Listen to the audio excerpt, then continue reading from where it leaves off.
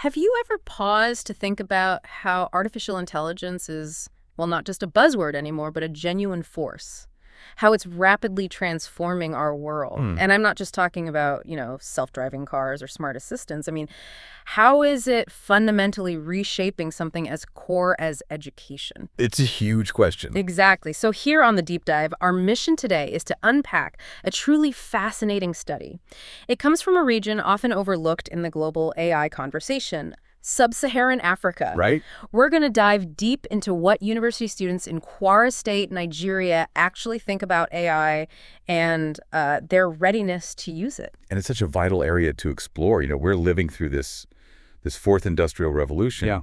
that era of massive technological shifts driven by things like AI, and it's profoundly reshaping global landscapes. For sure. AI promises more personalized, more accessible learning environments for everyone. Right. And let's not forget the recent COVID-19 pandemic, how quickly that accelerated the adoption of digital solutions in education. Well, absolutely. It really highlighted AI's potential to keep learning going, even when everything else stops. Okay, let's unpack this then. So this study in Kwara State, Nigeria, what did it actually reveal? Now, if you're like me, you might immediately picture certain challenges, right? Assumptions. Exactly. Assumptions about a developing region when it comes to cutting-edge tech.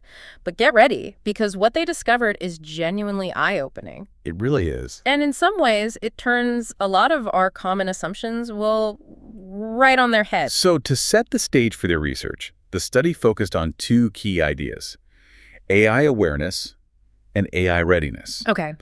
Now, when they talk about AI awareness, they mean something more than just recognizing the acronym AI. Right, deeper than that. Much deeper. It's a real understanding of AI's specific applications in an academic setting, its benefits, and crucially, the ethical considerations that come with using it. Gotcha. And readiness. AI readiness, that's broader. It's about whether students feel capable of using AI. If they have the right tech infrastructure, the digital skills, and even their sort of psychological preparedness, their mindset about bringing AI tools into their learning. Okay, that makes sense. Two distinct concepts. Before we dive into Kwara State specifically, maybe we should quickly zoom out. Good idea. Global context. Yeah, how does the rest of the world stack up? Awareness, readiness. What's the picture?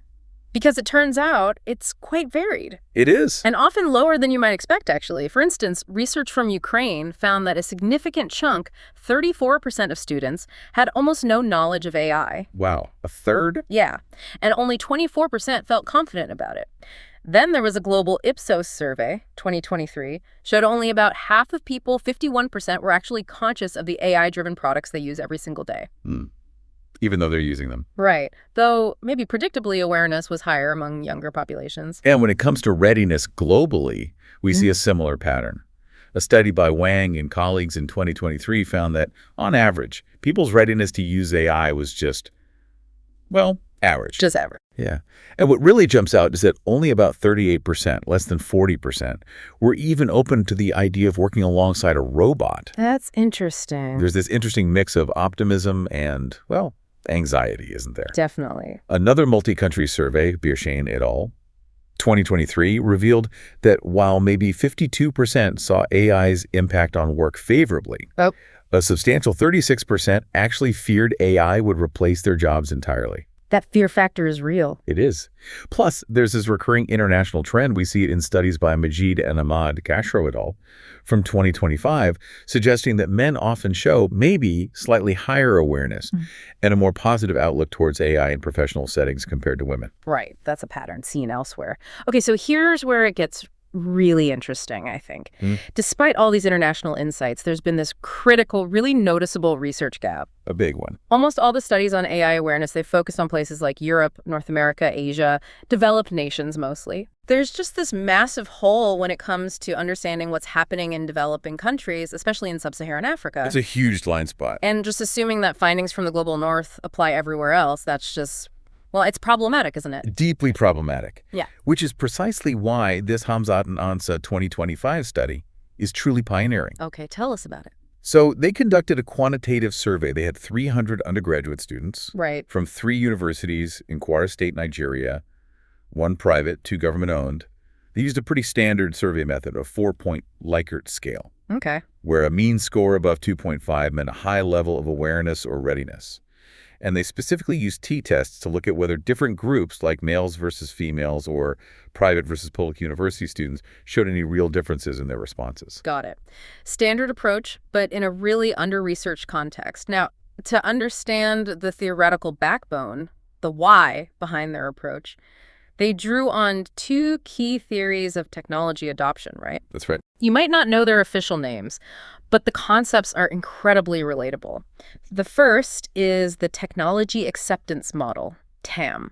A classic. Yeah. It essentially boils down to two things. First, perceived usefulness, basically. Is this tech going to help me? Will it make my life easier or my work better? The what's in it for me. Exactly. And second, perceived ease of use. Can I actually use this without tearing my hair out? Is it straightforward? You know, it reminds me of when I first try a complex new app. If it's not obvious how it helps or if it feels like pulling teeth, You abandon it. I'm out. Is that the kind of human reaction these theories capture? Absolutely. TAM captures that perfectly. And building on that, they also incorporated Azen's theory of planned behavior, or TPB. Okay, TPB, how does that add to it? This one expands on TAM. It includes your overall attitude toward the technology, sure, but it adds two crucial layers. First, subjective norms. Social pressure. Basically, yeah. The social pressure you feel from important people around you, lecturers, peers. Do they think you should be using AI? And then there's perceived behavioral control. This directly relates to our readiness concept. Right. It's your own self-assessment, your capabilities, the resources you have available to actually use the technology. It asks, am I truly capable and equipped to use this? I see. So bringing those together, TAM and TPB, they provide a much more comprehensive lens. Exactly. It moves beyond just, does the tech work, to understanding this complex interplay of utility, usability, social influence, and that individual readiness piece. It's the human element. Right. It's not just about the tech itself, but about the human element, which is critical. Okay, so let's get to it. The core eye-opening findings from this study. The exciting part. Yes. They revealed a remarkably high level of both AI awareness and readiness among these university students in Kwara State. Really high. Which completely challenges those initial assumptions you might have about developing regions. Frankly, it's pretty exciting stuff. It truly is. For AI awareness, the study found a high level, the grand mean was 2.71, well above their 2.5 threshold. Okay, significantly high. Yeah. And looking at specifics, students highly perceived AI's ability to provide feedback for learning. That had a mean of 2.85. Very high. They also widely recognized AI's capability to complement classroom lessons, and its fast response times both scored 2.83. Plus, there was clear awareness that AI technologies like, say, ChatGPT can be used effectively for learning. That was 2.77, and for research, 2.74. Still well above the mark. Wow. That's a powerful starter point, isn't it? It's such a striking contrast to those global studies we mentioned earlier. Completely. Like Ukraine's 34% with no knowledge. It suggests Nigerian institutions, or at least these ones, are starting from a position of strength, not a deficit, in student understanding. Absolutely. It shifts the entire starting line for implementation. Instead of needing to build foundational awareness, they can potentially jump straight to strategic integration. Right. And the high AI readiness is equally compelling. The grand mean there was 2.66, also high. Still above 2.5. Definitely. Students demonstrated a very strong understanding of AI's basic concepts and its relevance to education mean of 2.83. Same as complementing lessons. Exactly. They also felt highly capable in their ability to incorporate AI tools for learning again, 2.83. Okay, strong confidence there. Very strong. And even confidence in interpreting AI-based statistical analysis, which you might think would be lower, registered a good level of preparedness, a mean of 2.54, still above the threshold. This really shifts the narrative on some of those global anxieties, doesn't it? The fear about job displacement and things like that. It does offer a different perspective. If we interpret this through TAM, like you explained, it strongly suggests these students clearly see AI as both highly useful and easy enough to use. That's a fair interpretation. It indicates that maybe, despite potential infrastructural limitations we might assume, there's a strong inherent drive among these students, real intrinsic motivation to engage with AI. That seems very plausible based on these results. Now, moving on to some other interesting comparisons they did, like gender. Yes, you mentioned global trends earlier suggesting differences. What did they find here? Well, this is another surprise. The study found no statistically significant difference in AI awareness between male and female students. No difference at all. Statistically speaking, no. The p-value was 0.35, well above the usual 0.05 cutoff. Now, interestingly, females actually had a slightly higher average score, 3.52 versus 3.45 for males. But not enough to be statistically meaningful. Exactly. The difference wasn't large or consistent enough to say it wasn't just due to chance. That's fascinating because it's a significant deviation from some of that international literature you mentioned. It is. Where men often exhibit higher awareness or more positive attitudes. What does this mean? I mean, for traditional gender disparities often seen in STEM or tech adoption. That's the million-dollar question, isn't it? Yeah. Could it be something about the educational environment in Nigeria or maybe broader societal shifts that are fostering more uniform exposure? It's an excellent point to ponder. The study itself, being quantitative, doesn't directly answer the why from a cultural lens. Right. It tells us what, not why. Precisely. Yeah. But one could speculate, perhaps factors like widespread digital literacy, maybe driven by smartphone penetration? Everyone has a smartphone. Almost. Or perhaps more uniform exposure to information and digital tools through national education initiatives. It's possible. It really warrants further, maybe qualitative research to truly unpack the reasons behind this equity. Absolutely. Okay, what about the institutions? Private versus government-owned? Any difference there? Another surprise. Similar story, actually. There was no significant difference in AI readiness between students from private-owned and government-owned universities. No difference in readiness either. Nope. The p-value here was 0.27. Again, not statistically significant. And similar to the gender finding, government-owned students actually had a slightly higher mean readiness score, 3.41 versus 3.32 for private. But again, not statistically meaningful.